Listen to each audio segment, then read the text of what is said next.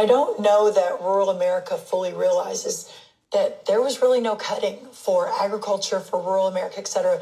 That bill with President Trump's leadership, the leadership from the Hill, is putting more money into rural America and our farmers and our ranchers than ever before.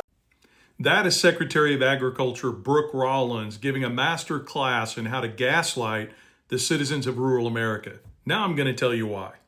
If you watch this entire video, and it's available in multiple different places, she's doing an interview with a news outlet, and the claim that she's making is, hey, early on, the administration realized the impact that the tariffs were going to have on farming and ranching in this country, so we allocated dollars in the big, beautiful bill to offset the pain that farmers and ranchers, and thereby rural America, which gets anywhere from 40 to 60% of its GDP from agriculture in this country, we put dollars in the big, beautiful bill to offset that pain. Guys, nothing could be further from the truth.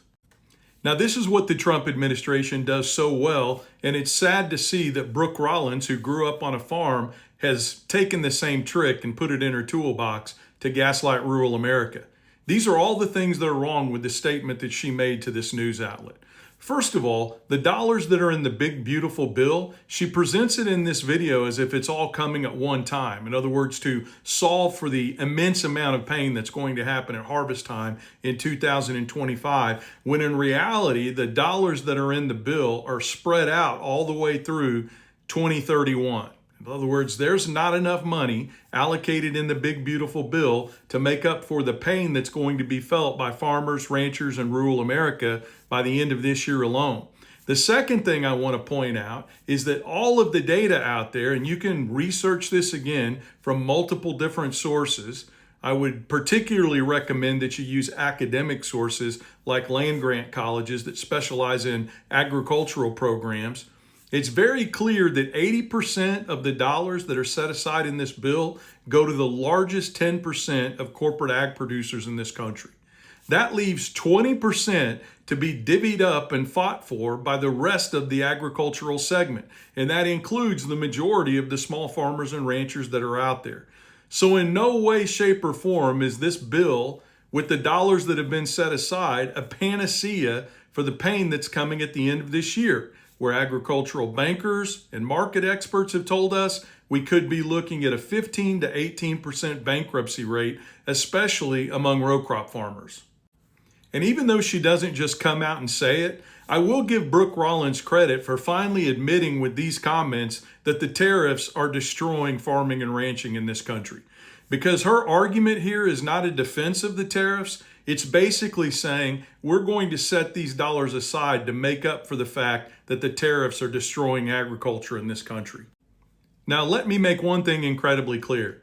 There is no scenario where we can completely save small farmers and ranchers in this country that doesn't include us completely revamping this tariff program that President Trump has put in place.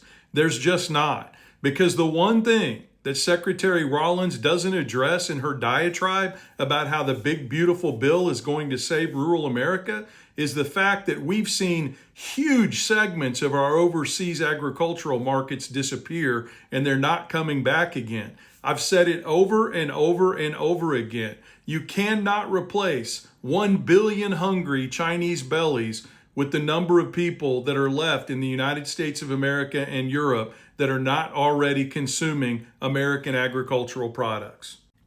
She also says nothing about the $2 billion in lost beef sales that this administration caused to happen through the tariffs.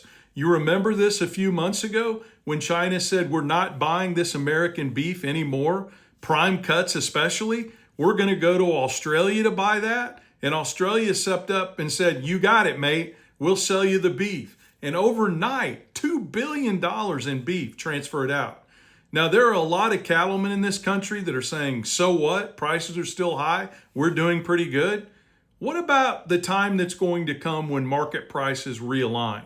When herd supplies get back up to normal and beef prices drop down to a more normal level?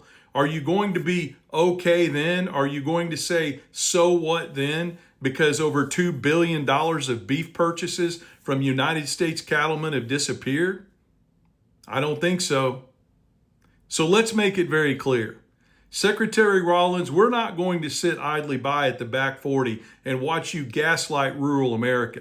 We're going to continue to call out the truth when it comes to Trump policies, how they impact agriculture, healthcare, our schools, and our rural communities as a whole. And if you care anything at all, Secretary Rollins, about rural America, you'll start telling the truth too.